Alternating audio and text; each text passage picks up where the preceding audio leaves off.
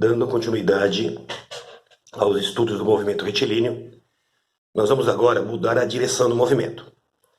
Até agora, os nossos corpos se movimentaram na direção horizontal, ok? De forma progressiva, de forma retrógrada, com velocidade constante, ou então com velocidade variável, com aceleração, sem aceleração. O que vamos fazer agora? Vamos sair da direção horizontal e ir para a direção vertical, ok? O fato de eu mudar a direção de movimento não implica em mudanças nas leis do movimento, ok? As leis têm que ser válidas independentemente da direção, seja ela horizontal ou seja ela vertical. Então continuam sendo válidas as nossas leis, as nossas equações da posição S igual a S0 mais V0t mais AT quadrado sobre 2, da velocidade V igual a V0 mais AT, e a de Torricelli, V quadrado igual a V0 ao quadrado mais 2 vezes A delta S. Ok? Bem, vamos imaginar um corpo se movimentando próximo à superfície da Terra, na direção vertical. Então, isto é, imagine um corpo a uma certa altura h,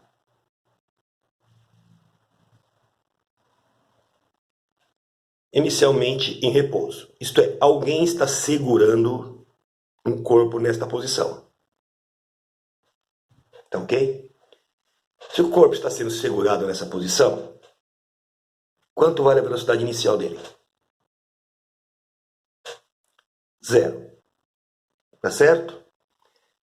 No exato instante em que o corpo é solto, ele vai entrar em movimento. Então ele vai cair. Nos estudos sobre o movimento vertical, aqui no ensino médio, nós vamos ter que desprezar a resistência do ar. Por quê? Se eu levar em consideração a resistência do ar, eu teria que levar também em consideração, pelo menos, uma variável que vai aparecer aqui. A resistência do ar vai implicar em ter que entender a aerodinâmica do corpo. Isso não é objetivo do ensino médio.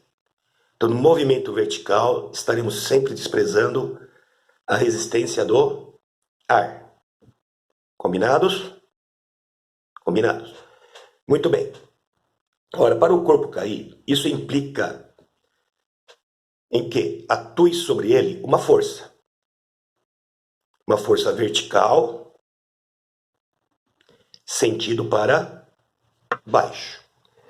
Nós ainda não falamos detalhadamente sobre força, mas pelo nosso conhecimento do dia a dia, todos devem saber que a força que atrai todos os corpos para o centro da Terra é chamada de força. Alguns falam força da gravidade ou força gravitacional, tanto faz. Eu vou chamar de FG, força da gravidade. Aí esse corpo vai caindo no exato instante em que ele bate na superfície, não depois. Depois que ele bate na superfície, ele para. Estou falando no exato instante em que ele toca a superfície. Ele tem uma velocidade. Correto? E essa velocidade será diferente de 0. Então, o que ocorreu aqui? Uma variação de velocidade. A velocidade variou. Então, durante a queda, a velocidade varia de um valor igual a 0, se o corpo for solto numa certa altura, até um valor final v. Isso implica na existência de uma aceleração. Então o corpo cai com uma certa aceleração. Vamos imaginar agora o corpo subindo.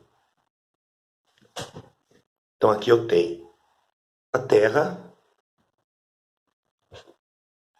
um corpo bem próximo da superfície da Terra, por exemplo, você segurando um corpo na mão. E você pretende lançar esse corpo para cima. Ora, para lançar esse corpo para cima, você vai ter que impulsionar o corpo. Tá certo? Esta impulsão vai imprimir ao corpo uma certa velocidade. Então aqui a velocidade inicial pode ser igual a zero.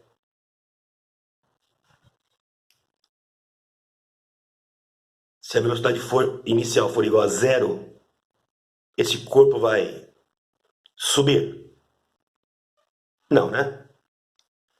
Então quando o corpo é lançado para cima, obrigatoriamente a velocidade inicial dele não pode ser igual a zero. Aí ele vai subir, subir, subir até parar. Então ele para. Por que o corpo para? Porque é óbvio, né? Todo mundo sabe, se eu jogar alguma coisa para cima, depois de um certo tempo, ela volta. Então ele sobe e depois cai. Ora, para cair, antes ele tem que parar.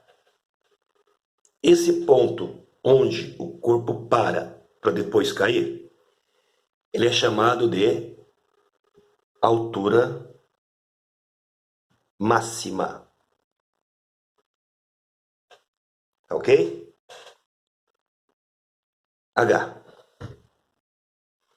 E na altura máxima, a velocidade final dele, V, vai ser sempre igual a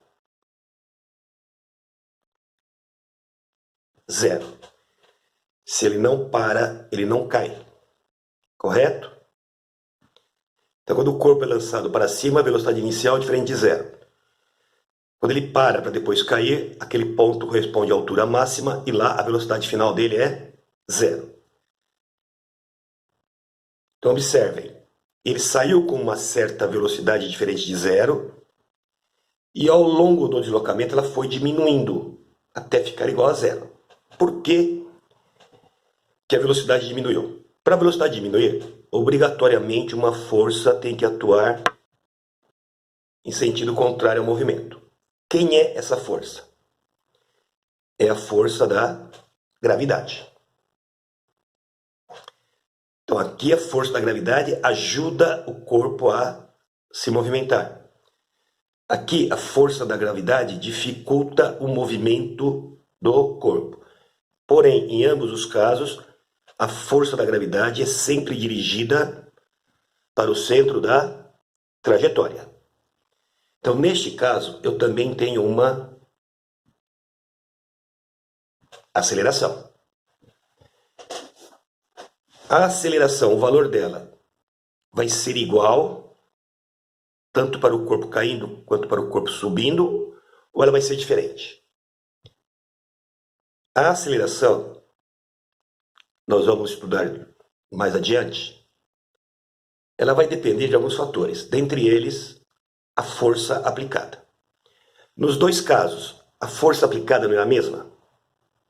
É a mesma, a força da gravidade. Então, nos dois casos, a aceleração será a mesma. Qual é a diferença? Neste caso, ela produz um movimento acelerado, a velocidade vai aumentando com o passar do tempo, e aqui ela produz um movimento retardado, a velocidade vai diminuindo com o passar do tempo. Esta aceleração, como ela está relacionada com a força da gravidade, ela passa a ser chamada de aceleração da gravidade.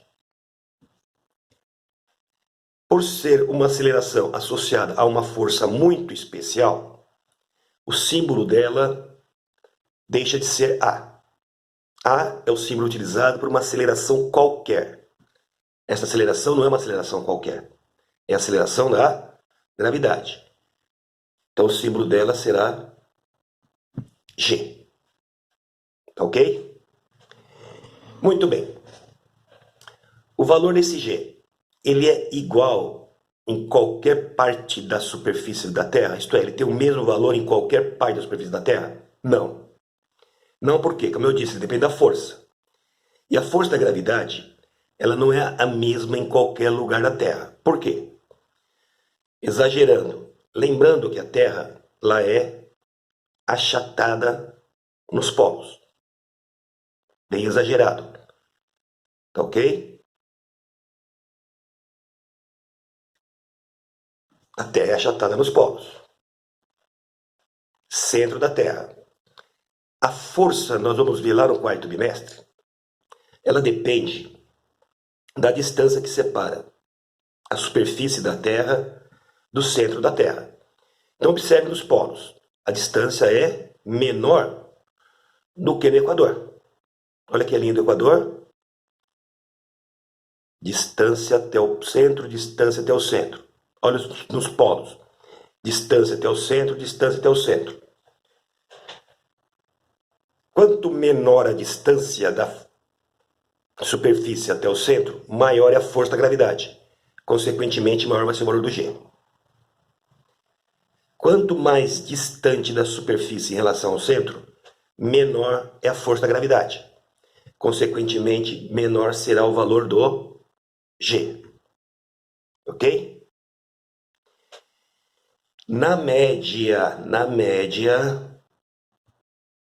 o valor do G é aproximadamente 9,8 metros por segundo ao quadrado.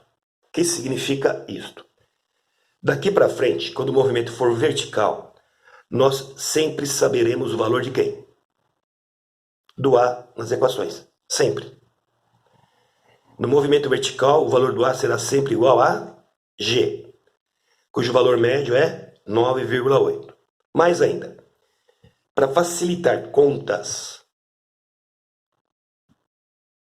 nós vamos arredondar esse valor para 10 metros por segundo ao quadrado. Ok? Então, o movimento vertical em relação ao movimento horizontal, ele é mais simples. Por que ele é mais simples? Porque eu sempre vou saber o valor do A. Lá no movimento horizontal, tinha situações que eu não sabia o valor do A, e eu tinha que, em primeiro lugar, calcular esse valor para dar continuidade ao problema. Agora não. Nós sempre saberemos o valor do A. Só que o A, aceleração, é um vetor. Então G é um vetor. Além do valor, além do módulo, isso aqui é módulo, ele tem direção. Tá certo? Qual é a direção dele? Direção do G.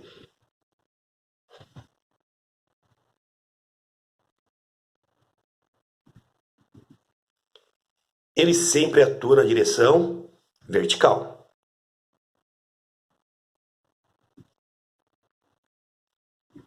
E o sentido dele?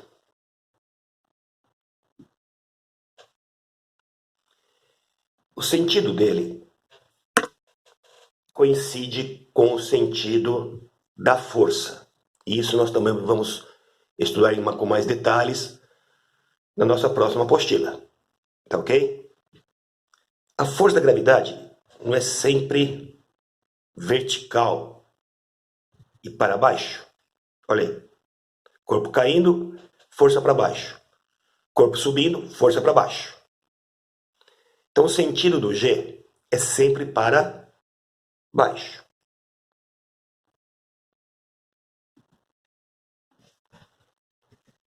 Correto? Então direção vertical, sentido para baixo, módulo 10. Então, espera aí. Isso implica sinal. Lembra de movimento progressivo? Lá no movimento progressivo, o sinal da velocidade era positivo. Lembra do movimento retrógrado? O sinal da velocidade era negativo. E a aceleração também tinha sinal. Ora ela era positiva, ora ela era negativa. Correto? Movimento acelerado e movimento retardado. Ora, então nós temos que estabelecer aqui um referencial para podermos estabelecer qual é o sinal do G. Eu vou continuar utilizando como referencial o plano cartesiano. X, Y. Correto? Em termos de velocidade, se o corpo cai, o movimento é progressivo ou retrógrado nesse referencial? O movimento é retrógrado. Se ele é retrógrado, o sinal da velocidade é negativo. Correto? E se o corpo é lançado para cima, jogado para cima? Ele vai subindo, ele passa a concordar com o referencial e o movimento é progressivo. E o sinal da velocidade é positivo. Tá ok? Vamos pensar agora em termos de aceleração, em termos de G.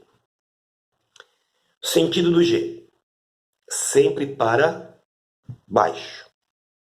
Então, o G tem um sentido sempre para baixo,